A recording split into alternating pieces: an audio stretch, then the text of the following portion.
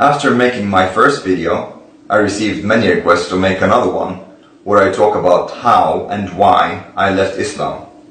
And this is what I will attempt to do in this video.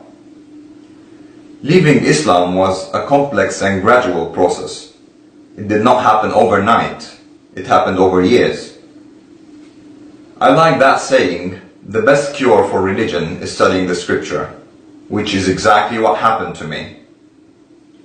I was born into a conservative Sunni family in Egypt, brought up to be a devout Muslim, but ironically, I think it was my father who inadvertently made me an atheist. Since an early age, he encouraged me to read, and I developed an independent and critical mind. And it was only a matter of time before I got curious about what Islam really is, seeing that it has such a great influence on society and consequently my life. So I started studying the Quran and the Hadith, which is the supposed sayings of Muhammad. While studying the Hadith, there seemed to be many problems with it. First of all, it's more explicitly violent than the Quran. There seemed to me to be some contradictions between the Hadith and the Quran. There were doubts with regard to the authenticity of a lot of the Hadith, which in turn cast doubt on all of it. There are several verses in the Quran that allude to it being the only scripture, or sufficient as the only scripture. So first I decided to totally disregard Hadith, leave the Sunni sect of Islam, and become a Quranist, relying solely on the Quran. I started studying the Quran more thoroughly, but again I was faced with similar findings. There were contradictions between some of the verses of the Quran, but later on I discovered the political reasons behind that. There is a lot of Orwellian doublethink, love and hate the same people, wage war and make peace simultaneously, and other things of the like. The level of violence in the Quran was simply unacceptable to me.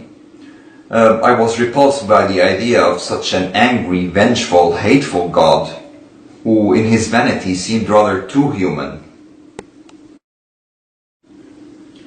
So I came to the conclusion that Islam is just incompatible with the values of human rights, or well, the values of a decent human being for that matter.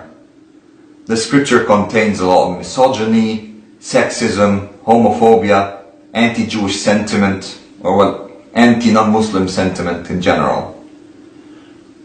If you really believed literally in everything contained in the Islamic scripture, well, enter ISIS. Then I started to study the early history of Islam and the history of Muhammad. If you evaluate Muhammad objectively as a historical figure, not as a sacred religious figure, he was a fucking awful person. He was a megalomaniac, a warlord, a thug, committed genocide. He engaged in pedophilia and sexual slavery. This character is no more worthy of reverence than Hitler is.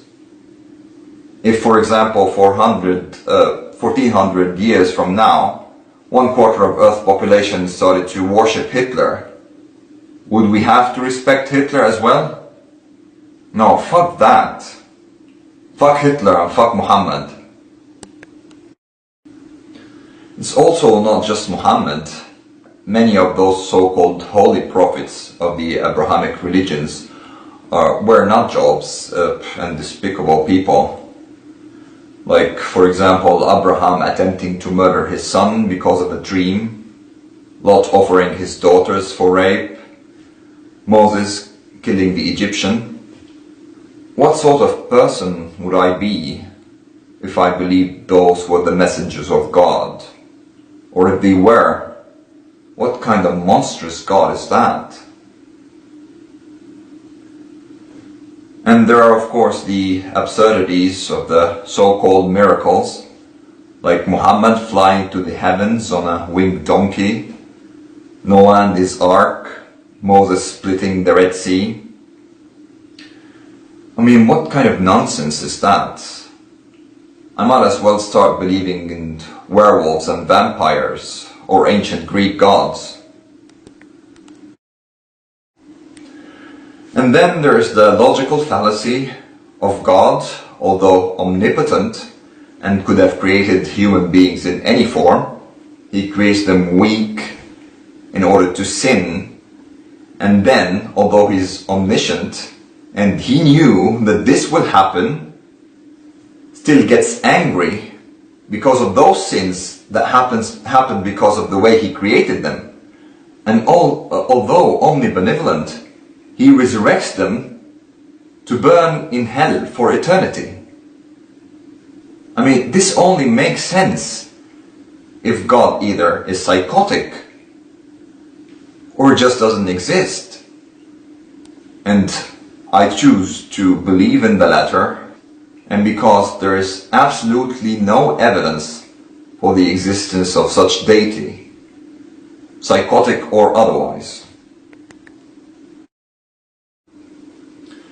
Although I come from the largest Muslim majority country in the Arab world, in my experience most Muslims have not really studied the Quran and the Hadith. Most have read most or all of the Quran, but have not really subjected it to any critical thinking.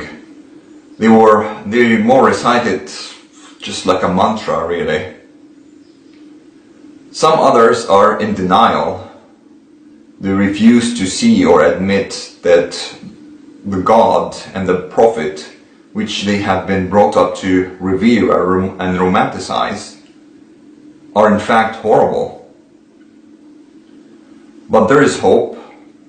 More and more Muslims are sobering up to the reality of this hateful ideology and are rejecting it.